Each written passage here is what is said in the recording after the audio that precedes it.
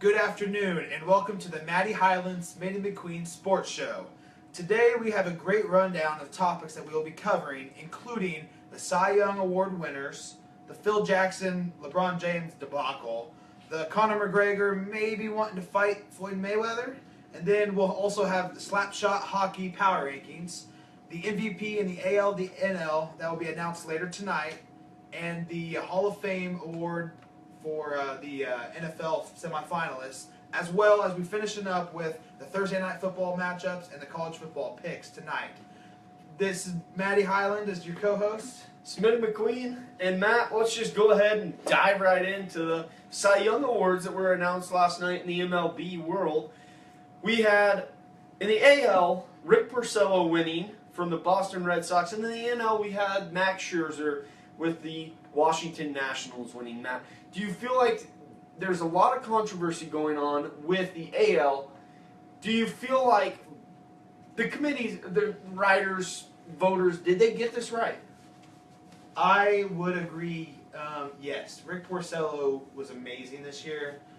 He had 12 more wins than he did last year. I agree with that. He actually became the first player in Boston history to win since 2000, and that player was Pedro Martinez. That's a great feat for them. I don't know. Watching as a Royals fan, I don't like the Tigers, but Verlander, apparently he did have the numbers. I thought he was hurt all year. To be honest, I had to ask our friend Eric Harrington, who's a diehard Tigers fan, and we looked it up, and he had the numbers. And Verlander had the more first place votes. Yeah. And he still didn't win. Third time. That is the third time in the history of the NFL or the MLB. And Cy Young Award. Yeah. I don't know. Verlander should have won, but Porcello got more votes. Yeah. And I don't vote, so I can't have too much Yeah. over that. I think you look at numbers, Verlander led a lot of them. So I can understand why Verlander feels like he got snubbed. Yes. I totally can. His fiance, She Kate Upton, went not like it. off. Yeah. She tweeted out about it, some inappropriate tweets we cannot present on our show. But yeah, she was very upset, and then Porcello, he fired back at her. Which was, I thought, it was pretty funny. Yeah. He said, honestly, I don't care about her tweets. I'll just keep drinking these really good bottles of wine. So he's celebrating. He won. Kate What's Upton, done is done. Kate Upton's sitting at home crying. Yeah. No, but the NL, that's enough of the AL. Yeah. We can move on. It's awesome. If Verlander wants to win it, next year he's got to have a good push. And this might fire him up, chip him up. Yeah. Just come back hungrier for next year. Yeah. In the NL, the Cy Young Award, we said was Max Scherzer. He was the 6th player in Cy Young Award history to win it in the AL and NL. And what's funny is all three of these guys that we've been talking about, with Verlander, Porcello, and Scherzer, they were all teammates back with the Tigers a few years ago. And that's when Scherzer last won it with the former team, Detroit Tigers. And he got drenched in champagne by his family about hearing the news. And he was excited. I feel like with this, he didn't have the best ERA. That was actually Kyle Hendricks. Yep. But his WAR was the best with a 6.2 WAR. That's really good. Really good. Yeah. And we talked about it with our boss Ryan Prickett. And before. And he said he was afraid that the votes would get split up between Lester and Hendricks, and it basically did. Yeah. And he wasn't surprised. He's like, if Scherzer wins, it could happen. Yeah. It did. So one takeaway, Matt. Now with all what happened in the AL, do you feel like if you have the first place votes, you should at least be a Cy Young Award winner, or do you think they should automatically win it, or do you like how it is? I mean, people have not talked about that. So you see this happen, and it's only, happened what? What did we say, 3 times? 3 times in the Yeah, history of the 3 the times. award. So you don't see it a lot. I don't know. That's hard to judge because you've got people who are the voters who are subjective to their certain teams, or they try not to, but Yeah. there's you get that slight. Yeah, feeling that 2 it could riders be. left, Verlander off. And for one, you should vote everybody, like just the people who, the players, the athletes who deserve it. You should at least vote for them at least once. Mm-hmm. And don't leave off unless they voted. I mean, they voted for someone else, but you got to vote for your conscience, in my opinion. Yeah. And if that's not the first place votes or the total votes is not the same as like with Porcello not having the most first place votes as well, I say you should have the most first place votes, then you can win it. Yeah. And if you don't have the most first place votes and you win it, you get snubbed like Verlander did. And it's coming from a true Royals fan. And it's just the integrity of the voting system. You gotta do what's right. Yeah, I agree. I agree. Matt, there's been some news, some talk, and if you fans want to chime in, go ahead. Your thoughts? Phil Jackson, the New York Knicks GM, calls LeBron and his group posses. I don't think much of it. I know don't there's. think he meant it. I don't think he really meant it in a bad way, but It's he's getting- just saying stuff. Yeah. Probably to mix up Try to- feelings or being jealous of them winning the finals last year. Yeah. Phil Because he Jackson's hasn't won a ring for a while. he's a legendary coach. I'll give that to him. LeBron James is a legendary player. You gotta act like a role model in this league, for one. So I don't know if LeBron should take it as offensive, and if he does, strive for greatness. Yeah. Just push that aside and keep going. And I think Eyes forward, man. I think LeBron will. LeBron's dealt with a bunch of criticism before, haters, stuff like that. It's Haters gonna hate. Yep. No matter It's who they LeBron are. James. He's having one of his best years ever in his career, and so I don't think this affects him. I think it kind of went out of proportion. I think They're the blowing it media up. has blown it up Yeah. big time. So, yeah, I think it's kind of just media needs to relax, Mhm. lay off of it. I agree. We go on to a different change of pace that we've been doing. We move on to like UFC / boxing, MMA. yeah. Like we've got Conor McGregor, who once again he challenges Floyd Mayweather to fight. Do you think this, like the rumors are going out because the media, like they blow stuff up? Do you think that this might happen, or do you think Mayweather says no? I wished it would, because I think Floyd Mayweather would just own McGregor. Don't mess with Big Bad Floyd. Floyd's a beast. I don't think anything's going to happen unless Floyd finally just realizes, you know what? I want to end him. Knock his teeth Yeah. out. Yeah. I want to end this talk, prove to him that I am the king of it, right? Of Ultimate boxing, fighting, fighting, punching, whatever. all Of the right stuff now. that they do. So, yeah, I don't think it'll happen. I don't think McGregor stands a chance if this was to go down. I agree, because McGregor, no matter how big you are or how big you can be, it's how much you pack in your punch. And Mayweather has the best punch, in Yeah. my opinion. Yeah, and I'm not big into like MMA and UFC and stuff like that and boxing, but these are two pretty hyped up guys, and they need to be talked about. This needs to be talked about. If it is to happen, It would be an awesome fight. The ratings would be ridiculous. So much money would probably be put down on this fight. So I don't see it happening. It could maybe if Floyd just. I think the only way it'll happen is if Floyd just says, you know what, I'm tired of hearing from him. I want to just go shut him up. Yeah. And so I'll take care of that in the ring.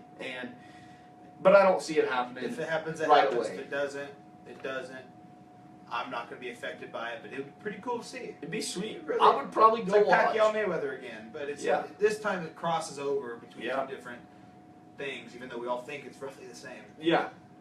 Mayweather, Totally. in my opinion, would knock his teeth into his mouth, and Yeah. he wouldn't be able to talk or He wouldn't be as cocky. No. I think he would calm his act down a little. Yes. Matt, last night, the semifinalists, 26 of them, were selected for the Hall of Fame. Who do you have? 15 people will go on. There was four guys who are on their first ballot ever. Do you see? Can you just? You want to talk a little on that? 'Cause sure. Yeah. You've been involved with that or paying more attention to it. Yes, the Hall of Fame is a ridiculous amount of respect. Like, if you get in it, you are respected for life for football. Yeah. No, if you're a player, contributor, coach, whatever, if you're involved. This year's first year ballots were Brian Dawkins, who was a safety for the Philadelphia Eagles, who played in the 2004 Super Bowl against the Patriots. Really good. Really player. really good player. He would light someone I have up. a lot of respect for him. Yeah, he would. Yes. And then you also had one of his former teammates, Terrell Owens, who was also with the 49ers And the Cowboys. And then you had in my opinion, these next two would be almost unanimous votes for this. Yeah, in their first With time. what they have done with LaDainian Tomlinson, who was a running back for the Chargers. Everybody knows LT, even though it's not the real LT to the older generation, but to the millennials, he is the real LT. What he did on the field was very impressive with the Chargers. Great guy. And then he moved on to the Jets, and he still carried that on a little bit more. And then you also have Kurt Warner, who is one of the best quarterbacks to play, aside from Peyton Manning and Brett Favre, but that's just unreal. Played in two Super And Bowls. he played in with two two Super different Bowls teams. with the Rams and the Cardinals. Cardinals. And I think he gets in. I think LT gets in, has unanimous votes. T.O.'s most likely. Brian Yeah. Dawkins should. Yeah, he will at some point if he doesn't get in this first time. Yeah, he will. And there's 26 people. Not all of them are players. There's, I think, 2 head coaches in it. In January, we'll find out who is the final 15 to go up for the selection. We won't know that till then, so we can wrap that portion up of this. Right now, we will move on to our Thursday, what we're going to be doing on Thursdays now. It's called Slapshot Hockey Thursdays. And Yeah. today we have power rankings. What's your take on these power rankings that I've- you've created? Yeah, I'll just give 5, the top 5, because it's still really early into our hockey season. But you got number 5, I got the Pittsburgh Penguins. They're 10-4-2. You got Sid the Kid still on that team. Sid the Kid's a beast. He's going to be there. I mean, you're always going to have that team competing for a Stanley Cup as long as Sidney Crosby is healthy and still with the Penguins. Then above them, I got Washington Capitals. They're 10-4-2, 22 points. They went 2-2 this last week. They got a 4-game homestand this next week. So, if they can take care of home, watch out because they're going to be doing I think they're going to be really good. And then I got the team that I think is going to win it all, and that's the Chicago Blackhawks. They're 11-4-2, 1-2 this week. Kind of struggled, lost to the Winnipeg Jets, who are starting to come on. In fact, I've got them in my top 10. Then I got New York Rangers. I got the Rangers at 2. They went 3-0. You're liking the Rangers a lot. I'm on that bandwagon. You picked them. And then I got the number 1 I got Montreal Canadiens, and they went 2-2, but they're still right up there. They're 13-2-2. So if they fall this week, they might slip because the Rangers are really, really pursuing They're it. coming back Yeah. up. And with my picks of the Rangers winning, or I have them winning the Stanley Cup. They're showing that they are just early in the season. They're showing that they're wanting to be in that Stanley Cup. They want to be in the playoff race from the get-go, and I like it. And like you said, the Canadiens fall, the Montreal Canadiens fall, and like they lose a game this week.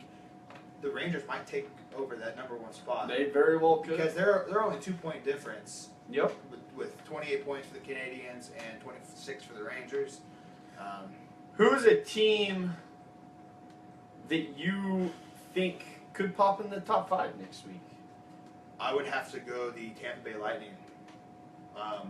The next week they have all 4 games on the road, but they play the Sabres, the Flyers, the Predators, and the Flyers again. I think they could go 3-1 there. Yeah.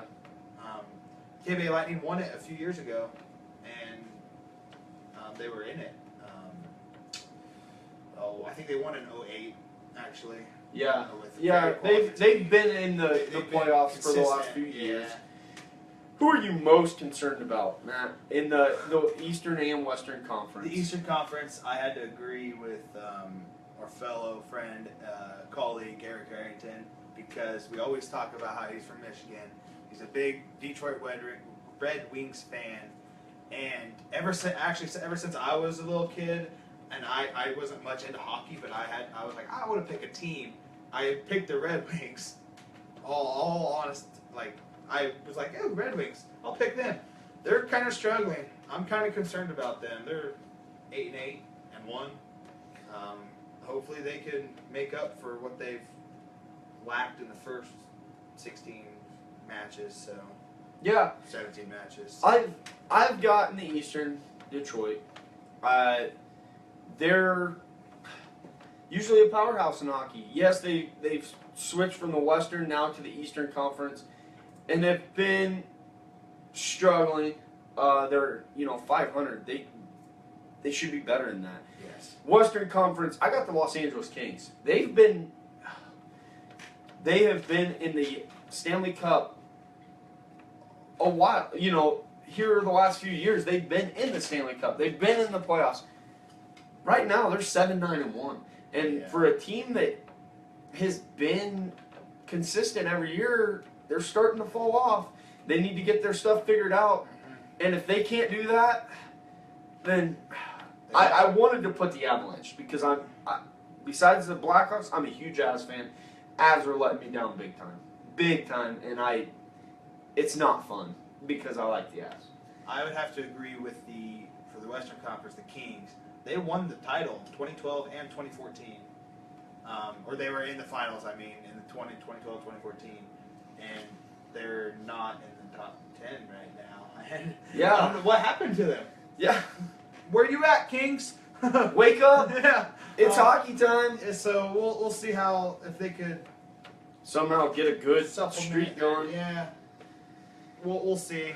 Enough about hockey. Yeah. We're going to move on to tonight. The MVP for both the NL and the AL are announced, and we'll recap the finalists again. For the AL, we got Mookie Betts for the Red Sox, Jose Altuve for the Astros, and all the time Mike Trout the last 5 years for the Los Angeles Angels. And then the NL finalists with Chris Bryant for the Cubs, the world champion Cubs, Daniel Murphy with the Washington Nationals, and Rookie of the Year, Corey Seager for the LA Dodgers. Who, in both leagues, who do you have? Who's your choice to AL. win it? AL. I want Jose Altuve just because he does not get the credit he deserves. He is a all-around great ball player. And I don't think he will. I think it's going to be Mike Trout because he is baseball's LeBron James. Golden child. Yeah, and it's sad because in the NL, I've got Nolan Arenado. I wish. He should be at least a top 3 instead of Seager. I've talked about that. It still makes me upset because he doesn't win. That's why he's not up there. Then Mike Trout shouldn't be in there because he doesn't win either. And so in the NL, though, I think Mike Trout wins AL. NL, I think it's unanimous, Chris Bryant. Yeah. Daniel Murphy had a great year. Corey Seager was good, but he won Rookie of the Year, and he didn't put up just top-notch numbers. So Chris Bryant, definitely, they won the World Series. I think it's going to be unanimous. My take, I am going with Mookie Betts in the AL.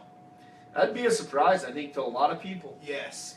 And he very he's well like can. the dark horse of these three guys, because you got the golden child of Mike Trout, who's been in it 5 years. Who was it? He's won the last 5? Or No, he's been in it. He's only won one, but he's always yeah. the final. And then Altuve had the best batting average in the AL, like 356, I believe. I read it today. And then Mookie Betts has most doubles, or the most outfield assists, 32 outfield assists, and that's incredible. That's like Alex Gordon numbers back a few years ago. Plug in the Royals there. And then the NL, Chris Bryant, hands down, wins the National League MVP. I agree. Even though they have multiple players on that team that are like just as valuable Rizzo, as him. Rizzo could be right Anthony there Rizzo, with him. yeah. Daniel Murphy had, in his own right, a very, very quality season. But Chris Bryant was even up higher than him. Yeah. And Corey Seager, like you said, he's a rookie. His numbers weren't that fantastic. Yes, as a rookie, but not as a collective when you talk about the conversation for everybody in the National League. So, Yeah, I think everyone's got Bryant. The AL, I think, is a toss-up, and that's the one that really, you don't know which one of these three is probably the head favorite going in there. yeah. I believe I'm really excited tonight, Matt, because we got some Thursday night football. Football! Yeah, you're excited I love always football. for football. If this show could just be football, you would be on it every Yes. second. We would not have a break time or any of that. But But talk for 2 hours. Matt, tonight the Saints 4-5 travel to Carolina to play the Panthers, who are 3-6. I mean, it's almost a laughing matter after what they did last year. Somehow they're a favorite. Yeah, by 3.5 points. I think this is going to be a shootout. Oh yeah, both defenses are not good. Yep. The Drew Brees led Saints, they are 4-0 on the road this year, Impressive. while the Panthers are 1-4 at home, There's including only- last week's loss to my Kansas City Chiefs. Does Drew Brees come out with the win tonight to keep pace in the NFC South, or do they fall? For the joking. Yeah, like to the laughingstock of the NFC South. They would actually be tied for the bottom Yeah. feeders of that division. Yeah. I want the Saints to win. I like Drew Brees, and I think the Saints are a good team. I don't like Cam Newton. And I've got to go with the Saints tonight. I really do not feel 100% comfortable on this pick, but I'm going with the Saints. And I think it's going to be a high-scoring game. I got 35-28 touchdown.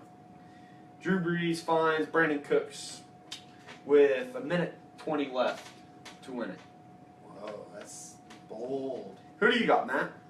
Oh, that's a tough decision. They both their defenses are not good. With Panthers are missing. You saw last year's matchups were like 45-36 or something like that, roughly.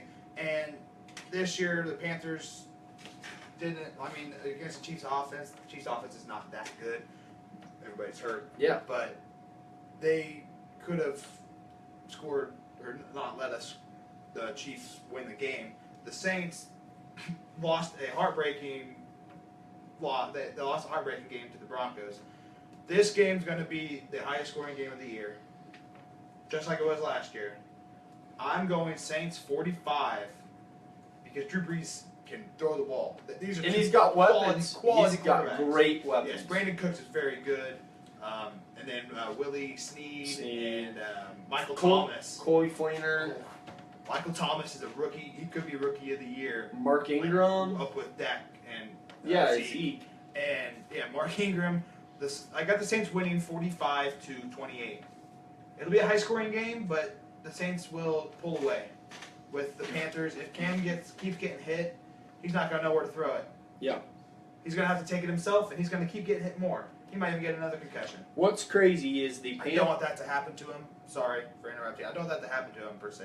But if it does happen, it happens. I'm not terribly worried about him. Panthers are 2-5 this year, when being favored. So if you guys, are going against Vegas tonight, hey, there you go. So be it. You have a great chance. Matt, there's a huge college football game on Thursday night.